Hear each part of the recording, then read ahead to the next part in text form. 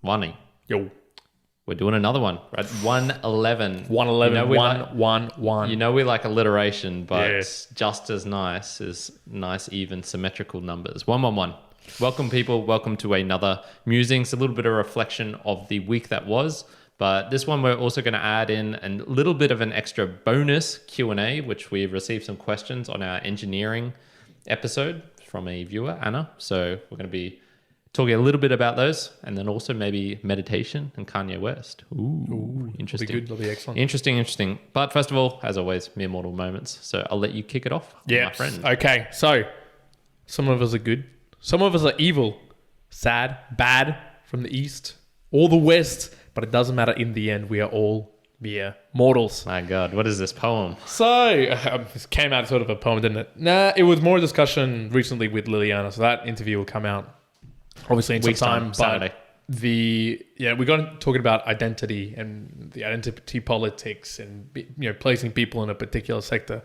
And I don't know, it always struck to me that you can turn people, like you can start collating people into certain areas and silo people away, and just bring yourself back to the whole thought that sure, but in the end we are all humans. It informs me that when I get angry sometimes as well, or I get stressed out or annoyed when I'm conversing with other people as well who aren't in particular alignment with me, it's just this mindset sometimes that but also we're connected in another way, in the fact that we're just all humans as well, and we all have this thinking brain and the same challenges and whatnot. So yeah, it was a bit of a mere mortal moment of I think everyone does a little bit of identifying people in particular ways, and just realizing we have a base mere mortal in all of us. Base humanity, and that's a good one, man. Nice. Okay, so mine is, if you got the looks of a Lambo, if you got the engine of a Lambo, best use it as a Lambo. Okay. So yeah. When you can do 100 meters in sub 2 seconds, you best use that bad boy. And I'm going to tie this in with electing to use the run walk method. I've decided that's going to be my strategy for doing a marathon. Just through this week, I had some great gains. I got some points by doing a 5K in less than 22 and a half minutes. And I did that by doing the run walk method. And just looking back on my history, I realized every time I played soccer, I preferred the positions where I was doing the run walk method. I'd run, sprint down the sidelines, and then I'd walk back to my position. I was never a midfielder, always constantly jogging. So I'm going to stick to it. I'm going to do it. And that ties in also with our Lambo analogy, Lambo Mazda analogy the other day. If you're fast like me, you want to be going fast, and then also when you go slow, you want people to look. Give them some time to look. You don't want to be at this medium pace where they can't see the speed, but they also don't have time to appreciate you. So the run walk method, you're going to be seeing me doing it, and you're going to either appreciate the speed or appreciate the slowness. Okay, a bit of both. There you go. It's good appreciation all around. That'll be interesting to see. Okay. So yeah. Anyway, I just wanted to say that was fun. So I'm going to get into a couple of the questions that Anna sent us. So number one, what made the two of you leave engineering? All right, I'll take it first. There came a point where I realized that watching paint dry was probably funner than being in my position. And it was just the monotony of doing the same thing over and over and over. And when you do something over and over, and sometimes there's some improvement. This was a lot of the engineering that I did, especially structural engineering, was you do the same thing over and then it'll change for maybe a good reason of someone deciding that it wants to be viewed slightly different. But then you have to do rework that doesn't intrinsically change anything. You're just making it, again, fit within a particular standard.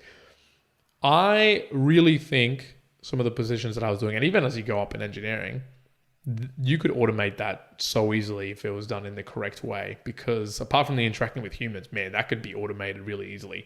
I thought it was like a high order, very automatable process. And as an individual who wanted to interact with more humans in a storytelling / interactive way, engineering's not the place to be. Yep. Okay. Yep. Mine, I think, was dictated a little bit more by circumstance, but also an internal decision on my part. One, I've already mentioned about how I wanted to go traveling. So I had this, dream of traveling South America. So that was a big pull, pulling me away from a stable life, I guess. Another one was just the work schedule, and no matter how you want to put it, no matter what sort of routine you have, when you're working in the mines, you're going to be spending a lot of time traveling, which I absolutely hate, and being in places you might not necessarily want to be, i.e. the middle of Queensland or living in Mackay. Nothing that much against Mackay, but it wasn't home for me. So there was those two, and then just some family circumstances as well dictated that I wanted to be in Brisbane with my family to help deal with those. So that has also meant the other reason why I haven't gone back to engineering. So I felt a little bit of a pull, I guess, in a sense, in the money sense, but also not in the career fulfillment, enjoyment sense. That was never really there for me. So that's my reasons for leaving and I suppose not going back. If you were to go back to your high school selves, would you have chosen a different path than engineering? Yeah, I would have. Mm-hmm. I would have done a double with something else. If you could do bachelor in business and engineering, a lot of people did that. Yeah, I would have done that.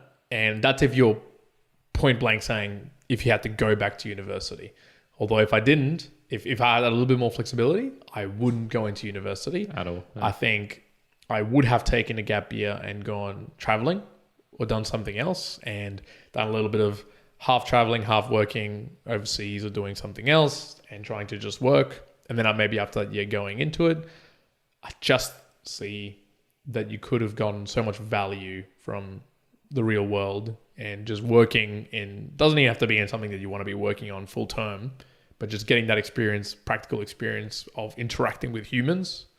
It's just so powerful. And in fact, if I had to really be specific, I would probably have gone into some sort of sales role. Some random sales role. It could be as a car salesman or it could be sales in anything, purely for the fact that you will learn to understand humans in that sort of role. And then, sure, do it for a year and then go do whatever. Yeah. So, one question for me would be is this, implanting my mind right now as it is back into 18-year-old? I would assume yes. Yeah. Okay. In that case, yes, I would probably still have wanted to do something that would allow me to earn good amount of money relatively, like not quickly or easily, but I have a stable income for some period of time. So yes, probably something similar. I might have gone down a more marketing route, to be honest, than engineering, but something that would still allow me to use numbers in a good way. If you're asking me, what would, if I still had all the same problems, but maybe like the knowledge of where I would end up, I would still probably say, no, stick with engineering, but maybe try and get a job on the side. I wouldn't change the career path and progression. I think all of that was necessary to get me to where I was now. Obviously, I have to say that because that's what happened. But I think that would have been too much of a stretch asking 18-year-old Kyron to do something really risky or really radical, or I think the main problem would have still been the same, which is I don't like people telling me what to do. I don't like rework and redundancy, which just really irks me. Then the last one would, actually no, there's two more. Excuse me. Do you think your school gave you adequate career advice? No, they didn't. Straight. I don't think much schools, unless maybe private schools or others do it differently. But no, there was really none of it at all. Yeah. I mean, as much as I got informed about engineering, was really nothing. And I mean, I went more down the path of having that aerospace feel to it, and there was some people saying, yeah, sure, but in terms of career paths and what you do next, I don't recall having any conversations about that at all. None. I recall having a lot of conversations around what classes you should take from year 10 to year 11 and 12. I remember vividly them talking about physics and math C and etc. But the point beyond that of what are you going to do next after school? No. Yeah, I'd agree with the sentiment of not having career advice, I think it would have been nice to have more people come in to do sort of like workshops with us kids, or more speeches and talks.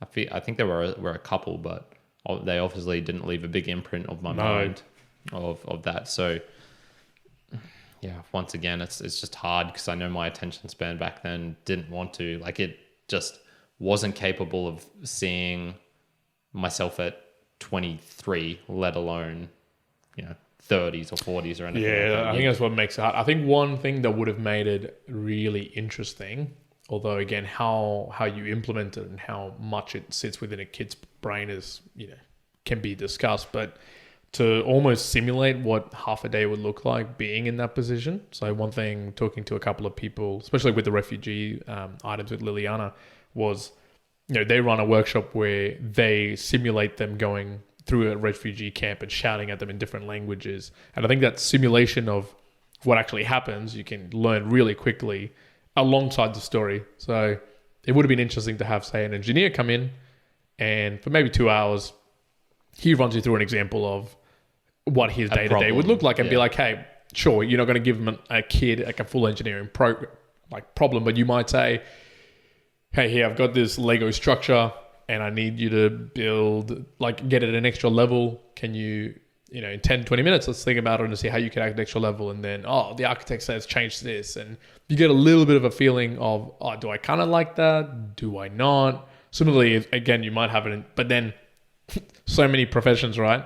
Maybe it'd be impactful to have a digital way to get any profession and go through an hour of what it looks like to be in that profession. I don't know. But no, there wasn't enough. Yeah, I think having more of an emphasis on placement as well. What I do remember is my dad taking me out to his friends' works and getting me to go there for a day.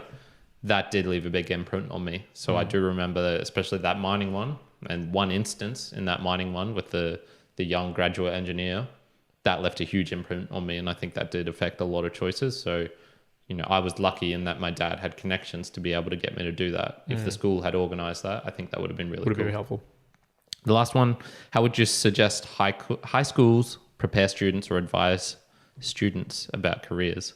I think we touched on that a little bit. Yeah, I'm going to take a straight up blank in this. I don't feel I'm qualified to even attempt to answer that question. I think there's other people who can do much better jobs, and I just don't, I'm not in contact with that industry, so I'm going to take a pass on that. Yeah, question. Well, look, I think we kind of gave it a little bit of insight of what we thought about in the previous answer as well. But again, it's just so wild up in the air. My only answer to that, if I have to add anything, is think digitally as opposed to thinking on a one-to-one basis, because there's no real way that you can improve a lot of that with a one-to-one correlation with an individual, like a teacher to a student. Yeah, that will only take you so far with the hours they have available.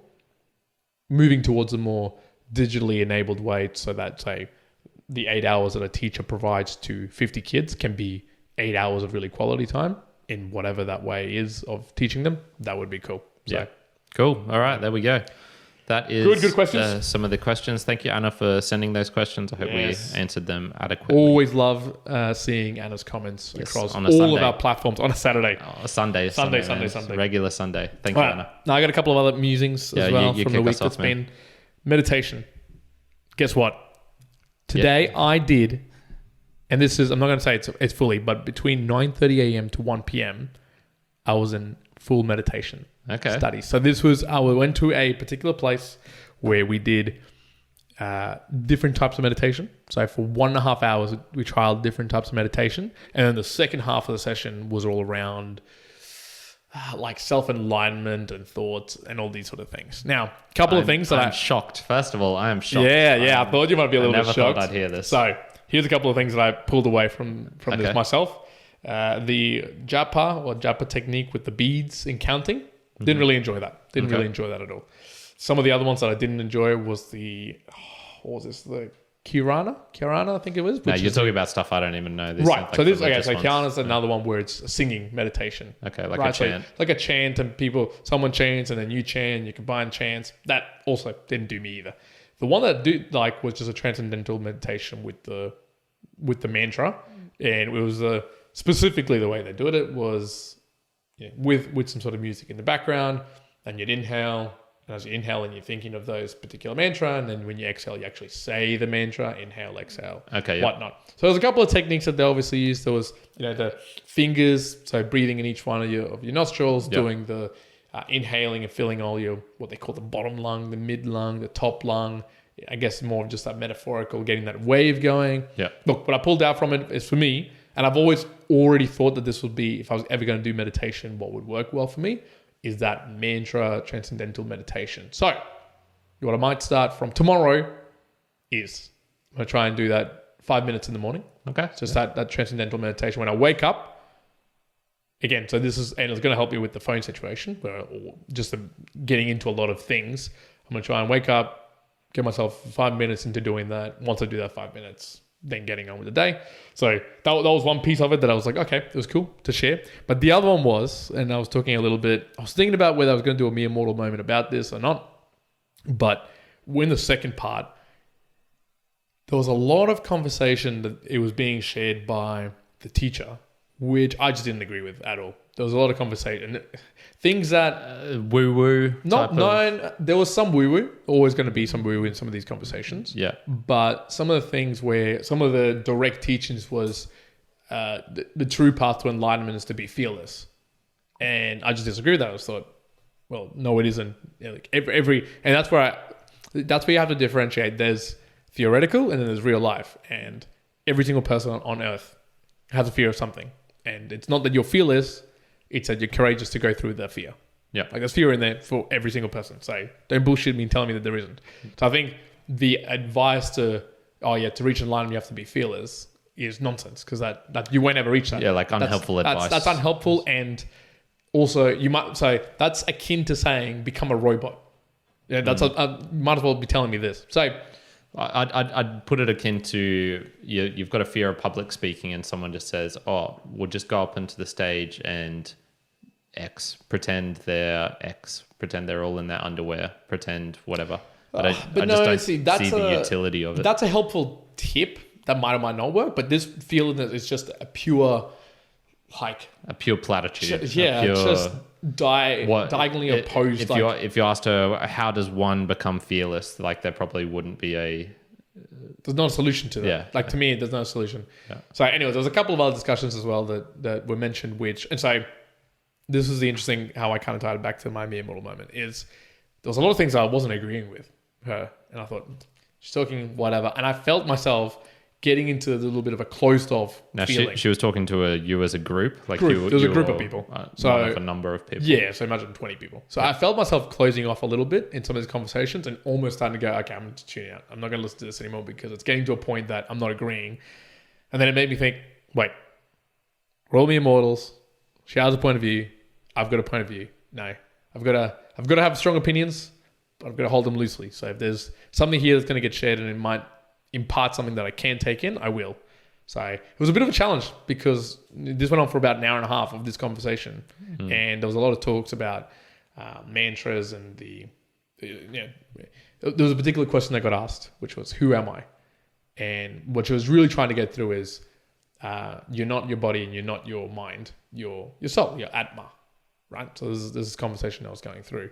And I can agree with the body, but then there was a bit of the discussion with the mind where, you can go into loops. You can say, you're not your mind, you're your atma. Okay, well, what drives your atma? How do you think about it? It's your brain, so isn't it your mind? And you can go in this sort of loop forever. And I found myself starting to feel like, I feel like challenging this mentally to say, no, this is not correct. But at the same time, I just tried to push myself and going, okay, no, we're all mere mortals. There's something to be found here. And I'm sure we're not going to be aligned here at the end of this discussion, but that's cool. I'm going to just take away something from this and go from that. Yeah. So anyways, that was a few of my learnings today on meditation. That's a good one, man. I never thought I'd see that. I know, right? I thought today, I was like, oh man, Karen is not going to believe this. He's not going to believe this. What type of, was it like did it have an Eastern flavor type of meditation? What was it actually called? It was called Introduction to Meditation. Okay. And it sounds pretty broad. I'm pretty sure it was more of a Hindu stuff. With the beads and stuff, it sounded definitely... Yeah, because the actual mantras were like Gang Ang Aru Un, which is like an old Vietnamese Hindu. or something? No, it's like an old Hindu, Okay. almost Sanskrit style wording. Yeah. It's not sort of Chinese or Vietnamese or Yeah, anything like yeah. that. So, Okay. that was interesting. So, Fascinating, man. Fascinating. That's actually something I'm not even And it sure was I'd cheap. enjoy that. Yeah. $10. There you go. $10 for, and it was including food. Okay. So, Jeez, where do you do this? yeah. I'll have to share this with give you me some, afterwards. Give me some details. That's a They also do free sessions, yeah. like free meditation and free yoga sessions. Yeah, So I was okay. like, what? Yeah, I was just gonna say like the problem with these places are they're pretty loose with their words. I think you can if you hear new age people talk, I put them on the same level of unconcreteness in the words that they use Yep. as some True, of these good meditation point. Good people. point. It's Yep. be fearless. You need to be empowered. Yep. Okay, what the fuck does that mean? Like, yeah, get a bit more detailed, please. Yep. Yeah, there you go. Get on to actually. You mentioned Kanye, so we'll go on to that one as well. Did they actually mention politics at all in the meditation center? No, they did No, not. it didn't come up. Oh wow, It didn't they listen all. to Karen's advice of politics are useless. They mentioned things like the turmoil of the current time. That's it. Well, that's probably really more reference to coronavirus than anything else. I don't know. I will mention the Kanye West piece. So Yeah, I go listened ahead, go ahead. on my new journey of listening to a little bit of Joe Rogan. I started listening to Kanye. And So funny, you're becoming a different person, man. That's unbelievable. Now, I've stopped listening to him. I haven't listened to him for like a good month now. We're gonna find out like 2 months from now. Karen's waking up at 4 a.m, jacked, and I'm like meditating, handstands, and listening to Joe Rogan. So I was listening because I listened to another episode of Joe, and Joe was talking about how he actually didn't want to get Kanye West on Okay. because he thought that it would take away a lot from who he is as a person, and it would kind of diminish that because, and I'll get into it with Kanye. So I thought, oh, well, he's talked to Kanye. I need to listen to this. Let's just find out. Kanye West is a genius. Like, he's a genius. But so he himself, either he said it or the docs have said it, like he's bipolar, full bipolar. And the dude has obviously done his own things. Great singer, great artist, got his own clothing brand, done a multitude of things. In this episode, imagine if I had drank 3 mothers, right? I finished a gym session, drank 3 mothers. I was energized and I had lots to talk about. You know, when we were down at the Kangaroo Point, and I was just like, bang, bang, bang, bang.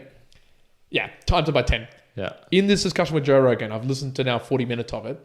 Kanye West goes, and I shit you not, like every 20 seconds, the topic changes to something really drastically different, and he just does not miss a step at all. So I'll give you an example. He was just talking about, I'm building this monastery, and this monastery is going to be amazing, and I'm putting towards my money that I'm using on my clothing brand. And oh my God, don't get me started on Nikola versus Nikola not getting shared his power with this, and Einstein, and you know why people died? Like Michael Jackson, I don't want to be like that.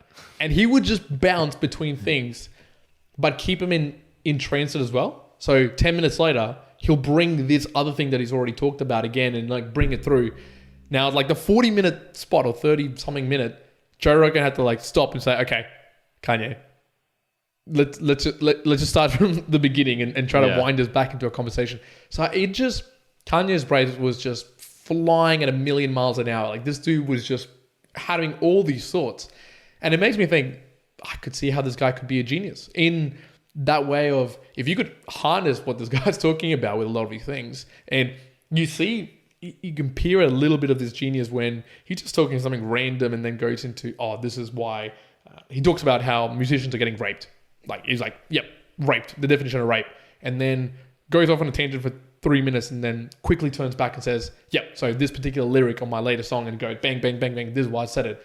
And just the ability to connect things was amazing, and at just like incredible speed. I was just amazed. Yeah, okay, there you go. It was one of the first podcasts I had to go from 1.2 down to 1 because it was just going so insane. And it made me think, some people can consider others to be, when they're like that, erratic and a bit volatile, and maybe it is.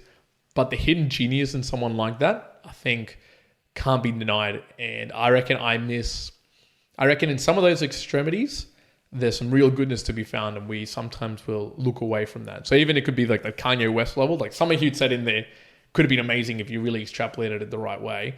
But it also then makes me think of Joey, our friend, who's a little bit more of a slower, more methodological sort of talker, where sure, he might be a bit of a slower talker and slower thinker, but even then he might come up with something quite wise because he's really putting a lot of thought into his conversations. Yeah. But look, I would actually recommend the conversation with Kanye West and Joe Rogan, but it was just interesting to listen to. Yeah, it's something different.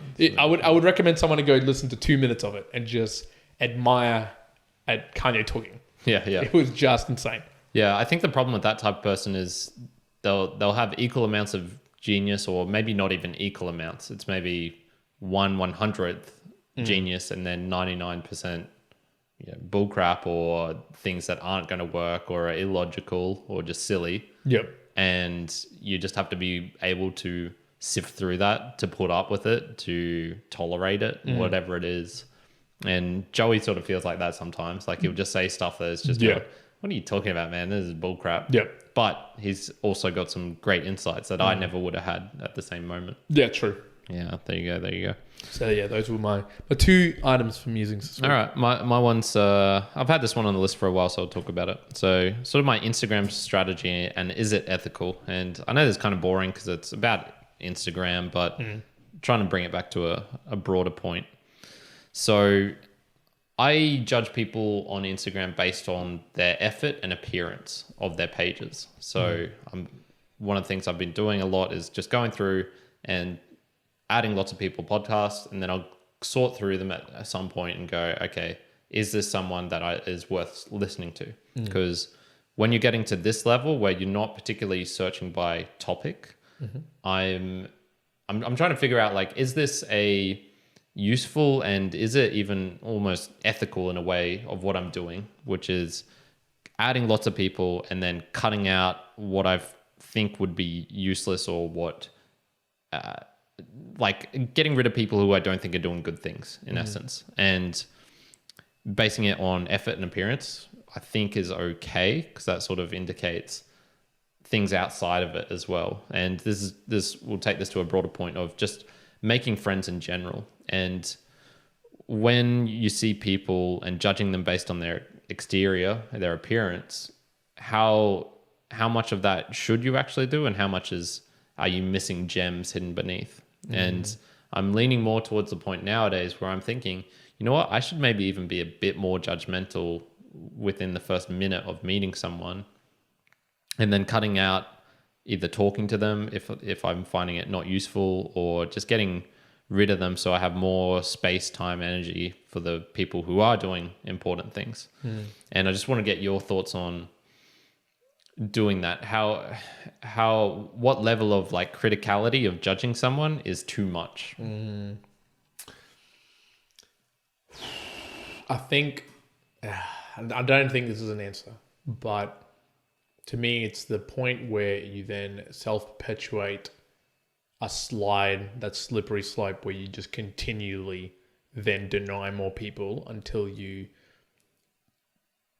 surround yourself with then more people who are like you, and then deny the ability to see the differences. Yeah. So I think it's that point where if you start getting to a self-perpetuating mode where you start pushing away others that you don't see fit within the realm of what you want to hear, then there's an issue. Then that's where the problem lies. So, and I guess specifically an example to Instagram, if there's 1,000 people and let's say half of them are creating content that's valuable or listenable, or you can get amongst it or talk to them, but only 10% of those display the right look and feel, just say the other 90% just don't have the money or don't care about it, right?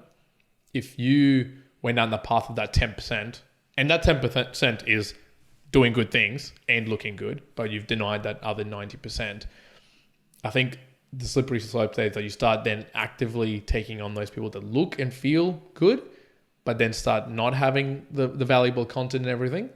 But because it's fitting within the mold that you want, then it begins a slippery slope where you allow that to be the dominant piece, as opposed to the value in the content, which I would still consider to be more important than the look and feel. Yeah. But in saying that, then the opposite side of the coin for me is, if you don't have to begin with, in that should be your like qualifier. There should be a qualifier of, Yeah. okay, if you don't meet this, even if you're good, I'm not going to be able to go and interact with you. However, if I do see that you're good and I go and interact and it's good content, then I'm going to be there. So I think with here's a in real life thought about it is, if I see 3 personal trainers, one's really fat and says he knows stuff, another one who's obviously really fit and says he knows stuff, and there's another one who you can kind of tell he's fit, but he doesn't really know his stuff or he's new. For me, straight away, I'd say, okay, the third one, okay, maybe I'm not going to look at him because he doesn't really know his stuff. That's the content I care about. And when I look at these 2 people, then I go, okay, well, one of them's fit and one of them's fat. And in this particular context, we're talking about fitness. To me, straight away, I might say, okay, I'm gonna say that this person seems to know what he's actually doing because he's also applied it to himself and has that. So that's where you should do a little bit. And I don't believe that self-perpetuates further. That just, you're assuming content and pairing it up with what maybe that first initial point of view of looking at someone tells you, and then you can go from there. Because there's other variables of then how do you communicate, how do you interact, like depending on whatever it is that you've chosen. But I think it's okay to do it as long as it doesn't then self-perpetuate to a worse off point continuously. Yeah. Well, in that thing you just mentioned, there is knowledge in not only having the theory, which the first guy does, but the application, that you gain something by actually doing it yourself. And that guy would have wisdom that the first guy wouldn't. The fit guy would have wisdom the fat guy wouldn't, because he has done it himself. And there is that subjective knowledge, that subjective, I've done it myself, I know what this feels like sort of thing. So definitely. I think you touched on a really good point, which was your mindset, and it's, I think that's the most important thing. I don't have any problem with people judging people, whatever level they do that at. It's almost though, what sort of mindset are you doing while doing that? And I think if you're thinking about it, let's just take a real trope stereotype, the sort of Beverly Hills daughter or mum who's ultra rich, they don't have to work for it and they can just do whatever they want all day. And they judge people because they're driving that car that's kind of gross, like they obviously don't have money, not like me, swishes hair. Whereas I think one little trap I found myself doing on bad days when I was doing this sort of strategy of going through people, I would go, oh man, this page, you can see the lack of effort, that's crap, get rid of it. And I was having this negative mindset of it, whereas I noticed myself doing that and said, okay, no, wait, I'm going to change this. I can still do the same thing, but in a positive way, which was go through them, see like someone's page and it's not that great. It's like, oh man, that's a shame. They could have been better if they did this right next. And then I'll see someone and go, man, yeah, these guys are really good. Yes, I'm glad. I'm glad I found another person who I can keep, I can review and, spread the love out to these people, give back. So it's almost coming at it from a positive mindset, and then you mentioned, and so that's one thing I do really try and do is I base it on 2 things that I don't think that are really intrinsic to me. One, which is effort. So obviously people, and effort and appearance are sort of the same thing. So I have things like people I'm following on Instagram who I really have no business in a sense doing it. It's Black Trans Woman podcast, but I'm keeping it because she has really good aesthetic design, style, and same with like, I'm in my 20s. There's a lot of girls who have podcasts called Navigating Your 20s, Surviving Your 20s, all these sorts of things. And I'm keeping a lot of them just because they're obviously putting in effort. They're posting a lot, which you'd sort of expect from a young teenage girl or mid-early 20s girl. And they have aesthetic design as well, which just complements it to it, adds to it. So I'm not getting rid of people based on the fact that their podcast is about, taboo sexual topics or that it's a fishing podcast, which I have no interest in. It's based just on that effort, that hard work sort of thing, which is, I don't see that being a negative. If anything, like that's one of the things, if I could choose to like only interact with people, it'd be people who knew how to work hard and not be lazy. So yeah, anyway, that was just a little thing of my own, just something that came up and I thought, you know what, might be worth talking about here. Cause it's just like a description of like maybe a little description of what we can all do in our larger life, which is judging people for whatever reason and just having some more clarity and thoughts on that and diving a bit deeper into it. Yeah. I think it's almost a question of when you said judging, I think that's where people's alarm bells might ring and go, well, no, you shouldn't be judgy. Yeah. You shouldn't be judgy. Yeah. And I think it's almost just changing the lexicon there of maybe it's, you want to call it something else. Like it's qualifying where your attention gets to. Because whether we like it or not, let's just imagine just in a personal Instagram, say you follow 1,000 people and you go on Instagram 10 minutes a day over a week, the likelihood of you seeing number 722 of the Instagram is probably zero. Like you're never going to see them. And if you're also not interacting with them, at that point, unless you're doing it for vanity or for other purposes, you might as well not have them there. You might as well not be following them for any other purpose, unless it's just for supporting them or something in that relation that you don't want to interact with. Now, we've been talking about people interacting with us, engagement rate and all these things. You're almost hurting people if you have them and you don't interact with them. I'll give you an example. That's another one. Point. So Tim Ferriss, right? So with his blog, if you don't interact with his blog in terms of opening up the emails he sends you after a certain period of time, I think it's like 6 months, he'll cull it. So he'll just get rid of people. And what's the reason he does that? Engagement rate. So the way people are paid in the influencer game or in marketing sectors with big emails, if you're sending it out to 1 million people and only 3 people open it, then your engagement rate is really low and it's only 3 people opening it. But if it's 800,000 people opening it out of 1 million, you've got a really high engagement rate and you've got this other 200,000 that are not ever opening it, get rid of them. And then your engagement rate is 100%. Everyone's opening your mail. Sometimes it's actually, so you almost think, oh, should I keep following it? Man, it's almost sometimes more beneficial that you don't for a lot of other purposes. Yeah. So, I think, and just in particular, I think it's a wording. So maybe moving it from judging to qualifying and thinking about it more in that positive spin of not them. Why are you deciding to spend less time or more time on those things? Yeah. I think that's a good point. Yeah. Finding a different word for judging. That's probably a good one. In one of the latest book reviews, I talked about shame, and this will come out in 2 weeks, 3 weeks time maybe, so I won't go too deep into it. But I talked about how it might be useful to try and attain a Dunbar's number, but for your own social media online presence. So the great thing about social media and technology is it allows me to connect with people across the world, but there is still that fact that I can't, whoever you are, Beyonce with however many million followers, that's just so big a number that it's not even worth. Not even, Do you discuss Dunbar's number in that book review? A little bit. Okay. A little bit. We'll leave it up. But yes, I agree. I think. So that might be something. Even digitally though, with Dunbar's number, maybe it can be extrapolated, but there is again a limit on how much you can interact at that point. Maybe it'd be higher, but even we're getting to the point that I can see it starting to hit a limit at some point. Not right now. If we doubled everything that's happening right now, that's starting to get into a point of, okay, do we have to decide on what we comment back on or who we're messaging back? Yeah. Almost to the point, do we turn away people who want to interview us or we want to interview because there's too much now. There's too much. And so you get that tipping point of, okay, there's only so much time going around, 86,400 seconds in a day, and you can't just be deciding. You can't just be deciding to add an extra 10 randomly to spend on something else. Like there's a finite amount of time.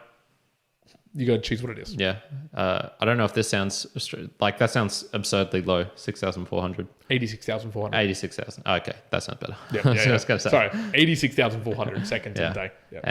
The average person works about 80,000 hours over their career as well. So if you're choosing a career, start off in engineering. We'll go back there. That's a lot of hours. That's 8 things that you could become a master at if you use the 10,000 hours rule. So be very careful with what your career is and what you're choosing. Make sure it's something that whatever the monetary payoff is for it, make sure you're accompanying that with the becoming a master at whatever the 8 things that you do the most in your work, which for me would have been rework. Yep. It would have been driving around a mine site. It would have been playing with a digital program, adding lines in, changing the color of those lines. I probably would have become a master at that. It's an interesting and meetings. And it's an interesting thing that you think back, like, no, sorry, future yourself to, like, you're about to die, and you go back and go, oh, I was a master at all these things. And it almost make you think, like, shit, that was horrible. Like, why did I spend so much time doing such ridiculous things? Yeah. All right, that has been episode 111. Musings from the Mere Mortals here. Now, what can you do? Now, we're going to keep it simple. You're going to go to Instagram. You are. That's what you're going to do. You're going to go check out, because that's going to see the full brunt, the information of what we put out, the highlights, the interviews, and you've got links there that can take you off and go and listen in wherever you're going to listen in. Yep. Also, if you have a kid or you know someone who is in that young school age, they're interested in engineering, they could listen to our little Q&A here, or they could go to the engineering podcast that we did 109 and have a look-see there, because there might be some beneficial, useful info from that. I'll plus one that from Karen. If you've got someone who you know who might enjoy this podcast, it would mean the Mere Mortal world to me. The world. If you could share it with them. Tell them to listen in, at least to one of them, just to see what they think and to tell us what they think about it. Yep. That's all for now. This has been Mere Mortals. Musings. One out. Karen out.